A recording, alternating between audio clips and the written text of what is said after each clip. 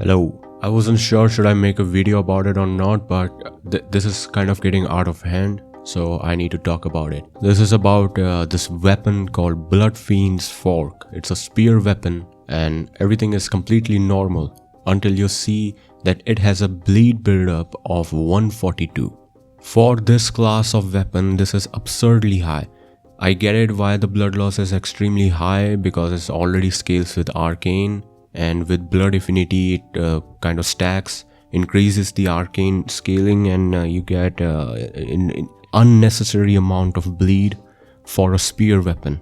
For the perspective, the blood loss, the 142 blood loss buildup, this is slightly more than most heavy weapon. Not actually most, in general, the blood loss buildup of heavy weapons. This absurd bleed weapon is kind of in the same category of his big brother Bloodfiend chicken wing. Now if you see my stats, you think, okay, yeah, I have 99 arcane, that's why I have 142 blood loss buildup. But actually, when I first saw this, I had 62 arcane and it had 138 blood loss. So I was 100% sure I need to farm another one. I need to get 2 of these with blood affinity. Not only blood affinity, with seppuku Ash of War. I'm gonna respec to 99 arcane, and here we are with 143 blood loss buildup. In practice, how does it look like? This is my fight against Messmer. I would say just ignore the damage I'm doing, see the amount of bleed every time I do.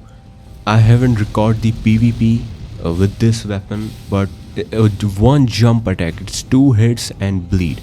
You can pretty much one shot if it connects though. Some spear weapons are, I'm not really fond of their moveset. It's really hard to connect, especially with the jump attacks.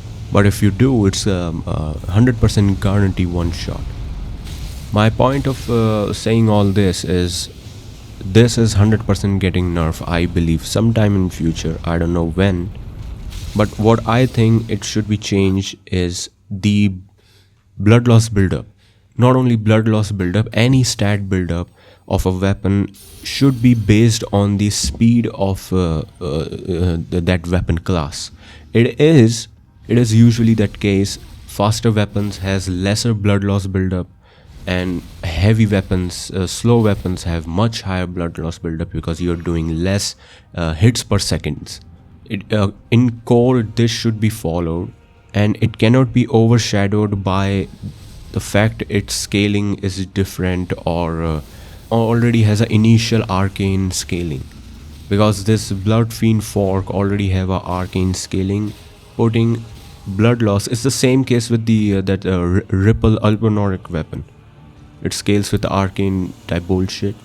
The Bloodfiend Fork is a medium speed weapon. Spear is a medium speed weapon, and the blood loss we are having is a slow heavy weapon, and is actually slightly more than that even.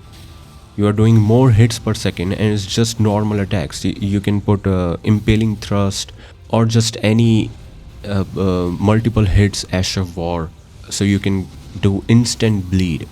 For optimal build, I had 60 strength and 99 arcane, but the center of attraction of this weapon is the bleed, so strength is not really that important actually. You can easily stay around 35 or 40 strength, and you can rest put it in arcane. It will completely work in low level characters. I would say the normal physical damage is decent, plus it's not really that important because of the bleed. I just casually made this video. You can enjoy with this weapon as much you want, because I believe this weapon is probably going to Shadow Realm anytime soon, probably next patch. I'm not really a PvP guy, so if you do PvP with this, just let me know how ridiculous this weapon is. But in PvE, this weapon can completely melt bosses. That was just stuff I wanted to point out. That's about it.